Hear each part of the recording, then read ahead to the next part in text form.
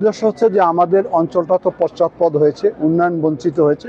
কিভাবে এই এলাকায় কর্মসংস্থান সৃষ্টি করা যায়, শিল্প কারখানা করা যায়, সেই ব্যাপারে বিভিন্ন বিভাগের মতামত নেওয়া হয়েছে, রাজনৈতিক সমাজকর্মীদের মতামত নেওয়া হয়েছে এবং আগামী দিনে আগামী বাজেটে এই এলাকাটাকে কিভাবে বেশি বেশি সুযোগ সৃষ্টি করা যায় এই বিষয়গুলো আলোচনা হয়েছে।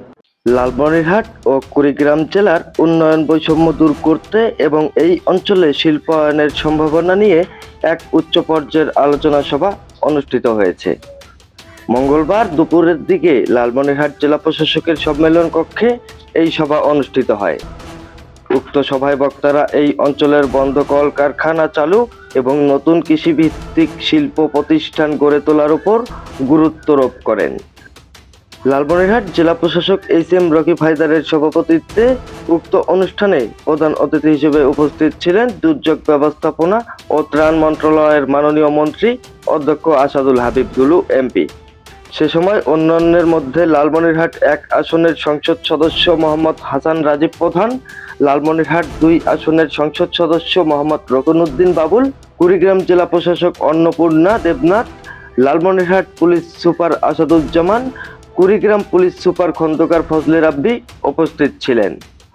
এছাড়াও সভায় 2 জেলার রাজনৈতিক নেতৃবৃন্দ, ব্যবসায়ী সংগঠন, সুশীল সমাজের প্রতিনিধি, সরকারি ঊর্ধ্বতন কর্মকর্তা এবং সাংবাদিকেরা অংশগ্রহণ করেন।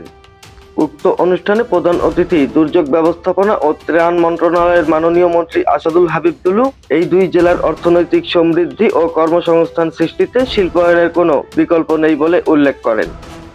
সে সময় বিশেষ অতিথির বক্তব্যে অর্থ ও পরিকল্পনা মন্ত্রণালয়ের প্রধানমন্ত্রীর উপদেষ্টা ডক্টর রাশেদ আল মাহমুদ তিতুমির বলেন, বর্তমান সরকারের মূল লক্ষ্য হচ্ছে সংকটকে সুযোগে পরিণত করা। আমরা সময়ভিত্তিক উন্নয়নে বিশ্বাসী। বিশেষ করে যেসব অঞ্চল দীর্ঘদিন ধরে উন্নয়ন বৈষম্যের শিকার, সেগুলো অগ্রাধিকার দিয়ে নতুন পরিকল্পনা হাতে নেওয়া হচ্ছে। তিনি আরো জানান, লালমনিরহাট ও কুড়িগ্রাম কৃষি পণ্যের ওপর ভিত্তি করে নতুন কলকারখানা স্থাপনের পরিকল্পনা চূড়ান্ত করা হবে। উত্তরাঞ্চল সম্পর্কে তিনি আরো বলেন, উত্তরাঞ্চল 2 ভাবে অবহেলিত। অতীতের ফ্যাসিবাদ সরকার দেশের সব অঞ্চলের অর্থনীতিকে ধসিয়ে দিয়েছে। বিনিয়োগ হয়নি, কর্মসংস্থান হয়নি, যুবকের বেকারত্ব বেড়ে গিয়েছে এবং তার সাথে উত্তরাঞ্চলে বৈষম্য করা হয়েছে। কোনো ক্ষেত্রে উত্তরাঞ্চলের উদ্বৃত্ত আছে, সেখান থেকে গড়ে তোলে শিল্প উন্নয়ন করা যায়, সেই বিষয়ে সরকারের পদক্ষেপের কথাও জানান তিনি। বর্তমান প্রধানমন্ত্রী তারেক রহমানের যে ইশতেহার, সেখানে সমতা ভিত্তিক আঞ্চলিক উন্নয়নের কথা বলা হয়েছে এবং সেখানেই কিন্তু কিভাবে কৃষিজাত পণ্যের শিল্পায়ন করা যায় এবং শিল্পায়ন যদি হয় তাহলে কর্মসংস্থান হবে এবং কর্মসংস্থান হলেই কিন্তু অর্থনীতি ঘুরে দাঁড়াবে।